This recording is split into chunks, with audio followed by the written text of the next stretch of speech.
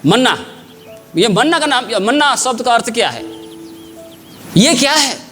जब इजरायली लोग जब मरुभूमि और जंगल से होके जा रहे थे तो वहाँ पर कोई उपाय नहीं था कि उसके प्राण को बचाया जा सके। वहाँ पर कोई जंगल में कोई ऐसा भोजन ही नहीं था कि इजरायली अपने प्राण को बचा सके, अपने शारीरिक भूख को मिटा सके।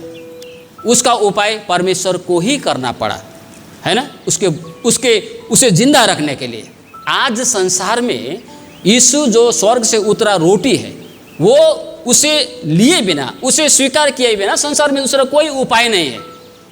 जो परमेश्वर ने जो प्रबंध कर दिया है, जो रोटी का जो प्रबंध किया है हमारे आत्मा को बचाने के लिए, यदि हमारे आत्मा को हमें बचाना है, यदि हमें आत्मा का हमें अनंत जीवन पाना है, तो जैसे इजरायली अगर वो मन्ना नहीं गिरता तो सब लोग मर जाते हैं। वहाँ पर परमेश्वर ने मन्ना गिराया, मन्ना को खाया, शारीरिक रूप में वो लोग जीवित रहे और कई लोग कनान में प्रवेश करने पाए, है ना। इसी प्रकार स्वर्ग से परमेश्वर ने एक व्यक्ति को नीचे लाया है, वो रोटी के रूप में यीशु मसीह। और आज उस रोटी जो यीशु मसीह के रूप में, यीशु मसीह रूपी रोटी को जो अपने ऊपर लेता है, हृदय में स्वीकार करता है, हृदय में विश्वास करता है, ग्रहण करता है, तो क्या है, वो आत्मिक रूप में कभी नहीं मरेगा।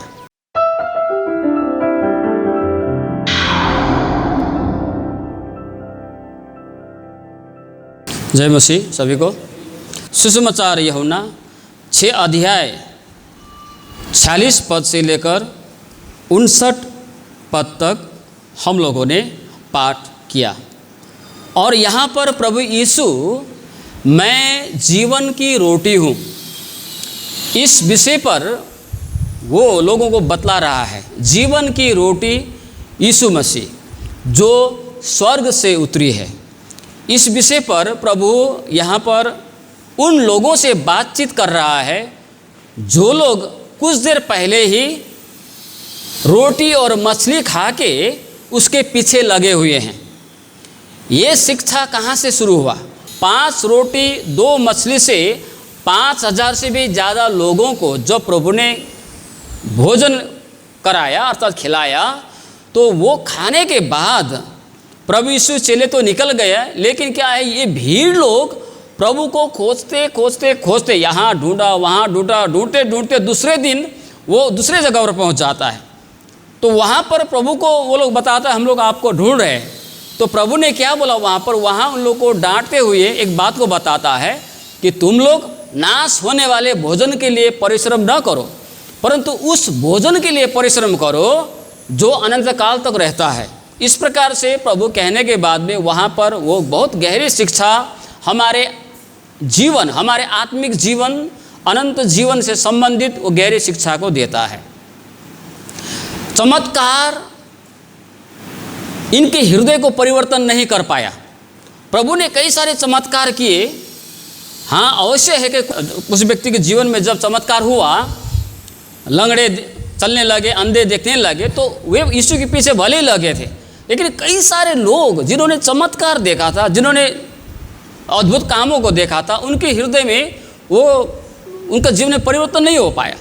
ये लोग यीशु के पीछे इसलिए चल रहे थे क्योंकि यीशु को ये लोग एक अगमवक्ता और ज़्यादा से ज़्यादा ये लोग जादूगर की तरह समझ रहा था कि 5 रोटी 2 मछली से इतने लोगों के लिए खिलाया, तो इसके पीछे चलने से तो हमको काम भी करना नहीं पड़ेगा, बैठे बैठे सुनते रहो और बैठे बैठे खाते रहो, ऐसा सोच के ये लोग पीछे चले हुए हैं। तो प्रभु ने को क्या बोला? प्रभु ने बोला तुम लोग नाश होने वाले भोजन के लिए परिश्रम कर रहे हो।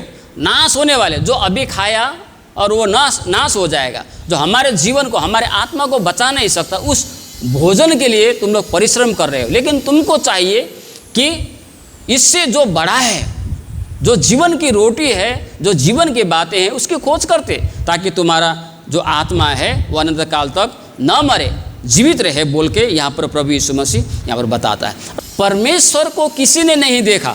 सुसमाचार यूहन्ना 1:18 में वहाँ पर लिखा है, परमेश्वर को किसी ने नहीं देखा, परंतु एकलौते पुत्र ने प्रकट किया, एकलौते पुत्र ने दिखाया। प्रभु यीशु मसीह के संसार में आने का एक कारण ये भी है कि लोगों को बताए कि परमेश्वर कैसा है, परमेश्वर क्या चाहता है, परमेश्वर की इच्छा क्या है, वो बताने के लिए भी वो संसार में एक मानव रूप धारण करके, देह धारण करके इस संसार में आया। तो पहला तिमोथी 6:16 में भी वो अगम्य ज्योति में वास करता है। हम लोग सूरज को देख सकते हैं क्या? अभी बाहर में जाके थोड़ा देखिए तो वो जब हम सूरज तक को देख नहीं पाते हैं तो जो असीमित ज्योति में जो वास करता है, यशायाह ने जब देखा तो उसे क्या हुआ? महसूस हुआ कि मैं पापी हूँ। पवित्र पवित्र पवित्र सेनाओं का यहोवा, है ना, स्वर्गदूत लोग उसकी महिमा आराधना कर रहा है। तो परमेश्वर की प्रतिरूप तो नहीं देखा, लेकिन महिमा को देखा, ज्योति के कुछ महिमा की बातों को देखा उन्होंने, जैसे मूसा ने भी। तो परमेश्वर को कोई देख नहीं सकता है। पहला कारण तो क्या है? वो अगम्य ज्योति में वास करता है, हम लोग उसको देख ही नहीं पाएंगे। अभी सूरज के बाद छोड़ दिए, इसी बल्ब में 30 वाट का बल्ब है, मैं एक टॉक लगाकर इसको देख नहीं पाऊंगा, है ना। तो जो अगम्य ज्योति में रहता है उसको हम लोग देख कैसे, शरीर के आंख से कैसे देख पाएंगे? दूसरी बात है, हम सभी लोग पापी हैं। हम लोग अधर्मी पापी होने के कारण पवित्र परमेश्वर को देख नहीं पाते, हम लोग देख नहीं सकते हैं। परमेश्वर आत्मा है और हम शारीरिक आंख से उनको देख नहीं पाते हैं। लेकिन परमेश्वर चाहता था कि उसके उत्तम श्रेष्ठ मनुष्य जाति उसको जाने, उसको देखे, क्योंकि उसको जानना और उसको पहचानना ही अनंत जीवन है। सुसमाचार यूहन्ना 17वां अध्याय 3 पद में लिखा है ना। उसको जानना और पहचानना ही अनंत जीवन है। जब हम जानते हैं, उसको पहचानते हैं, तो हमें अनंत जीवन प्राप्त होता है, अनंत जीवन का मार्ग उनको प्राप्त होता है। तो यहाँ पर प्रभु ने क्या कहा?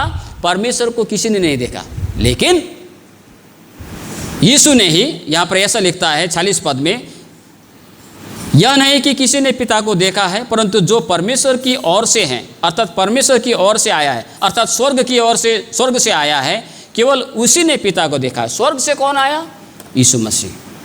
यीशु मसीह ही पिता परमेश्वर को दिखाता है, पिता परमेश्वर के विषय में बताता है। देखिए अभी यहाँ पर कोई है जो कुछ बिहार में गया है, राजबाड़ी में, को गया सर? वो लोग 2 लोग गया है। अभी देखिए, ये लोग को पूछिए कि अगर उस जगह में कहीं पर भी पहले गया हो तो लोग वहाँ के विषय में बता सकता है ना।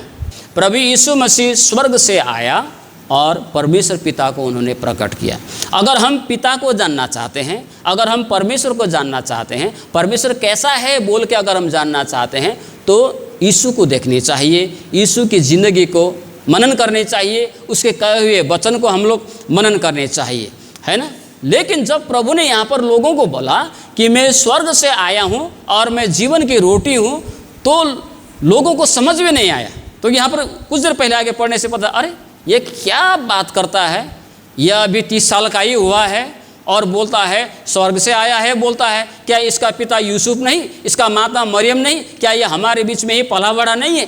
वो लोग का जो दिमाग है ना, वो लोग कभी प्रभु यीशु को समझ भी नहीं आ पाया, समझा ही नहीं। प्रभु यीशु ने कहा मैं स्वर्ग से उतरा हुआ जीवन की रोटी हूँ जो तुम्हें अनंत जीवन दे सकता है। यदि तुम मुझे, मेरे मांस को, मेरे लहू को पियो, खाओ, तो तुम्हें अनंत जीवन है और तुम्हें अनंत जीवन मिलेगा। विश्वास करो तो तुम्हें अनंत जीवन मिलेगा। लेकिन इनको समझ नहीं आया। यीशु मसीह जब जब आत्मिक बातें कहता था, लोगों को समझ में नहीं आता था।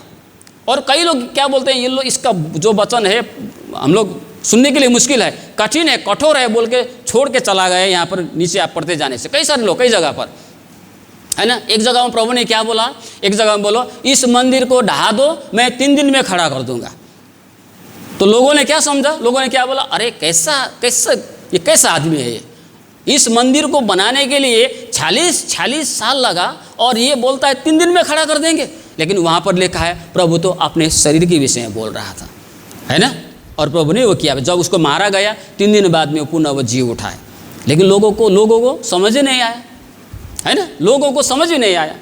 निकोदेमुस ज्ञानी, महापुरुष ज्ञानी व्यक्ति से बोला तुम्हें दोबारा जन्म लेना है, तो बोलता है अरे गुरुजी आप क्या बात कर रहा है, अब माँ का गर्भ में दोबारा मैं जाऊँ और जन्म लूँ क्या, बुढ़ा हो चुका हूँ। समझ नहीं आया। सामरी स्त्री को बोला मुझे पानी पिला, तो सामरी स्त्री ने क्या बोला, सामरी स्त्री ने बोला हे गुरु आप तो यहूदी है, उसमें भी आप पुरुष जाति के, फिर मुझसे पानी मांग रहे हैं, मुझे समझ नहीं आया। तो प्रभु ने क्या बोला, अगर जो तुमसे पानी मांग रहा है उसके विषय में तुझे मालूम होता, तू जानता, तो उससे तुम जीवन का जल मांगता और वो तुझे जीवन का जल देता और फिर तू कभी प्यासा न होता बोल के बोला। तो वो क्या बोली, वो बोलती है तब तो मुझे वही जीवन का जल दीजिए। उसका कहने का मतलब यहाँ पर आने का आवश्यकता ना पड़े, मुझे समझ में नहीं आया। लोग प्रभु यीशु की बातों को समझ ही नहीं पाता था, है क्यों? क्योंकि उनके हृदय में पहला जो है प्रभु यीशु के प्रति विश्वास होता ही नहीं था। प्रभु यीशु मसीह स्वर्ग से आया है, प्रभु यीशु मसीह मुक्तिदाता है, प्रभु यीशु मसीह उद्धार करता है, प्रभु यीशु मसीह परमेश्वर का पुत्र है, प्रभु यीशु मसीह न्याय करता है। कभी उसका मन में विश्वास हुआ ही नहीं। भले ही वो लोग यीशु के पीछे चलते थे, भले ही यीशु की महिमा करते थे, लेकिन विश्वास बोलने से उन लोग के हृदय में था ही नहीं। इसीलिए प्रभु ने यहाँ क्या बोला 47 पद में, मैं तुमसे सच सच कहता हूँ कि जो कोई विश्वास करता है अनंत जीवन उसी का है। हालेलुया। अभी कभी कभी मेरा मन में प्रश्न उठता है, मैं इतना प्रचार करता हूँ, है ना, और इतना लोगों को बताता हूँ ये, लेकिन मेरे मन में यीशु के प्रति कितना विश्वास है? कभी कभी मैं खुद प्रश्न करता हूँ, आपको भी करने चाहिए। तो कैसे पता चलेगा? हमारे जीवन के द्वारा, हमारे कर्मों के द्वारा, कि आप यीशु को वास्तव में विश्वास करते हैं कि नहीं, वास्तव में आप यीशु के ऊपर में भरोसा करते हैं कि नहीं, आपके कर्मों से पता चलेगा, है ना। तो यहाँ पर विश्वास पहली बात है। अगर मन में विश्वास हो, प्रभु यीशु को हम लोग समझ पाएंगे, प्रभु यीशु के प्रति हमारे मन में विश्वास हो, भरोसा हो, तो उसकी बातें हमको समझ में आने के लिए शुरू करेगा। प्रभु की बातें हमको समझ में आएगा। नहीं तो हम लोग भी क्या बोलेंगे, अरे हैं क्या बोले, यहाँ से दिया हुआ शिक्षा उसको गलत लगेगा, यहाँ से बताया बात उसको गलत लगेगा, और वो एक दिन क्या है, या तो दूसरी कलीसिया में जाएंगे या तो प्रभु को छोड़ देंगे। समझ में नहीं आता है। लेकिन क्या है, रोमी की पत्री, कुरिन्थ की पत्री में कहता है, आत्मा ही आत्मा की बातें समझ पाता है। तो हम जो सुनते हैं, आज भी हम लोग सुनते हैं, कई बातें हमको समझ में नहीं आता है ना। तो यहाँ पर प्रभु क्या बोल रहा है? प्रभु बोल रहा है कि तुम विश्वास करो मेरे ऊपर में, मैं स्वर्ग से आया हूँ, मैं परमेश्वर का पुत्र, मैं उद्धार करता, मैं स्वयं परमेश्वर हूँ बोल के अगर तुम्हारे हृदय में विश्वास तुम करते हो, मुझे अपनाते हो, मुझे स्वीकार करते हो, तो तुम्हें अनंत जीवन मिलेगा। उसके बाद में मेरी बातें तुमको समझ में आने के लिए शुरू करेगा। वहाँ पर मन्ना के विषय में बताता था, है ना, मन्ना। ये मन्ना का नाम, मन्ना शब्द का अर्थ क्या है? ये क्या है? जब इजरायली लोग जब मरुभूमि और जंगल से होके जा रहे थे, तो वहाँ पर कोई उपाय नहीं था कि उसके प्राण को बचाया जा सके। वहाँ पर कोई जंगल में कोई ऐसा भोजन ही नहीं था कि इजरायली अपने प्राण को बचा सके, अपने शारीरिक भूख को मिटा सके। उसका उपाय परमेश्वर को ही करना पड़ा, है ना, उसे जिंदा रखने के लिए। आज संसार में यीशु जो स्वर्ग से उतरा रोटी है, वो उसे लिए बिना, उसे स्वीकार किए बिना संसार में दूसरा कोई उपाय नहीं है। जो परमेश्वर ने जो प्रबंध कर दिया है, जो रोटी का जो प्रबंध किया है हमारे आत्मा को बचाने के लिए, यदि हमारे आत्मा को हमें बचाना है, यदि हमें अनंत जीवन पाना है, तो जैसे इजरायली अगर वो मन्ना नहीं गिरता तो सब लोग मर जाते हैं। वहाँ पर परमेश्वर ने मन्ना गिराया, मन्ना को खाया, शारीरिक रूप में वो लोग जीवित रहे और कई लोग कनान में प्रवेश करने पाए, है ना। इसी प्रकार स्वर्ग से परमेश्वर ने एक व्यक्ति को नीचे लाया है, वो रोटी के रूप में यीशु मसीह। और आज उस रोटी जो यीशु मसीह के रूप में, यीशु मसीह रूपी रोटी को जो अपने ऊपर लेता है, हृदय में स्वीकार करता है, हृदय में विश्वास करता है, ग्रहण करता है, तो क्या है, वो आत्मिक रूप में कभी नहीं मरेगा।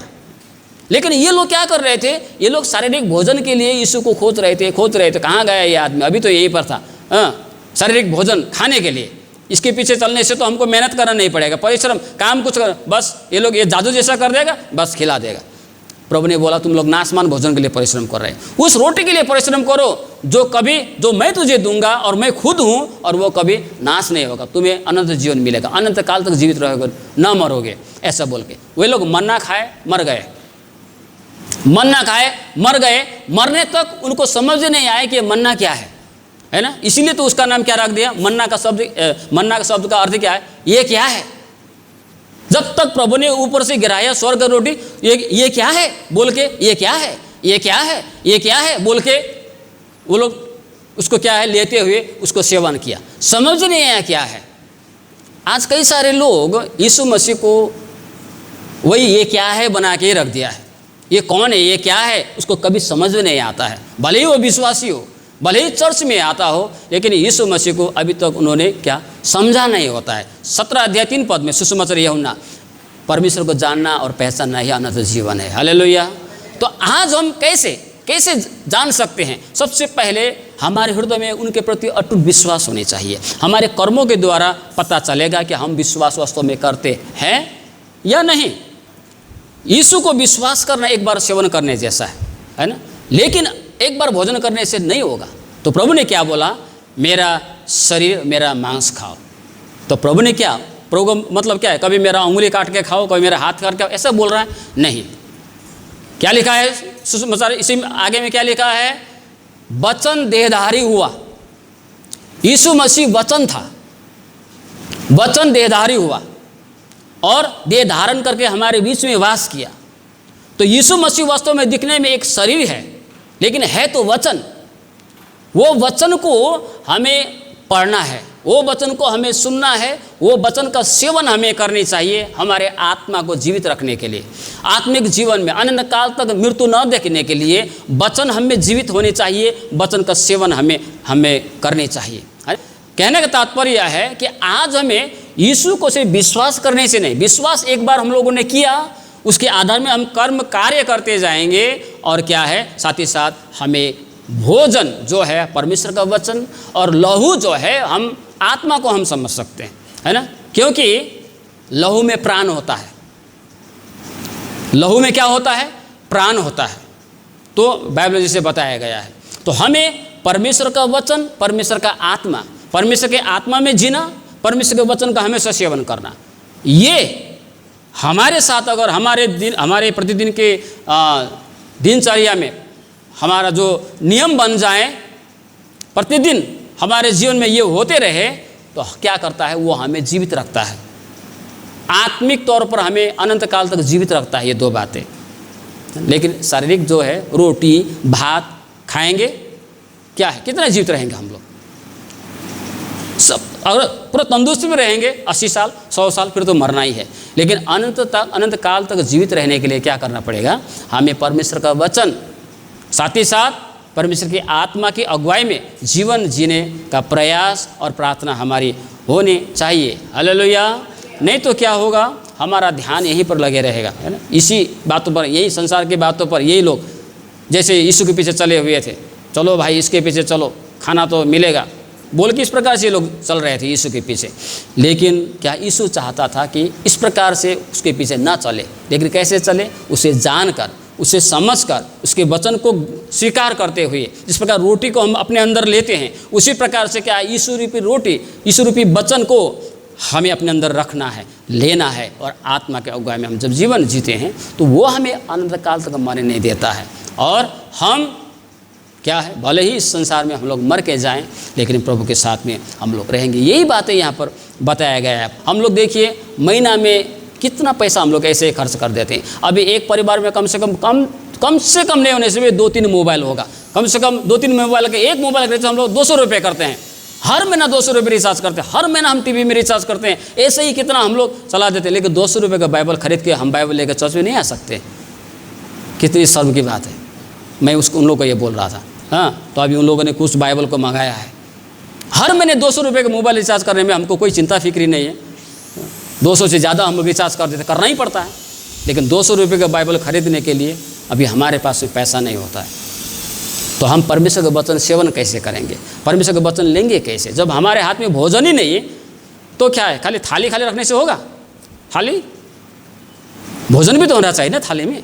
तो हमारे हाथ में परमेश्वर का वचन रूपी भोजन पहले होनी चाहिए। पढ़ते हैं, हमें सुनाने हैं, सुनते हैं, जैसे कल हमारे कुछ लोग प्रचार के लिए गए थे, है ना। तो ये सारी बातें, इसलिए हम लोगों को प्रभु चाहता है, हम लोग चुने हुए लोग हैं, प्रभु चाहता है कि हमने जो जीवन पाया है वो न खोए। एक बार भोजन करने से होगा नहीं, लेकिन हमें भोजन करते रहना है शरीर के लिए। उसी प्रकार आत्मिक तौर में भी हमारा जो परमेश्वर का वचन जो है हमें सेवन करने चाहिए, करते रहने चाहिए, क्योंकि अनंत जीवन यही है, हमें अनंत जीवन हमें देता है, हमें अनंत तक हमको बचा कर रखता है। विश्वास तो सुनने से, सुनना मसीह के वचन से होता है। तो क्या है, वचन पढ़िए। कई बार हम लोग मोबाइल देखते हैं, कई बार ऐसे इधर उधर घूम के जाते हैं, लेकिन कितना बार हम लोग बाइबल पढ़ते हैं घर में? कितना बार बाइबल सुनते हैं। यही है जो हमारे आत्मा को मजबूत करता है, यही हमें जो अनंत जीवन तक बचा के रखता है। इसलिए ये दो बातें, परमेश्वर के आत्मा की अगुवाई, परमेश्वर के वचन का सेवन हमें करनी चाहिए। प्रभु इन छोटे से वचन में हम सभी को आशीष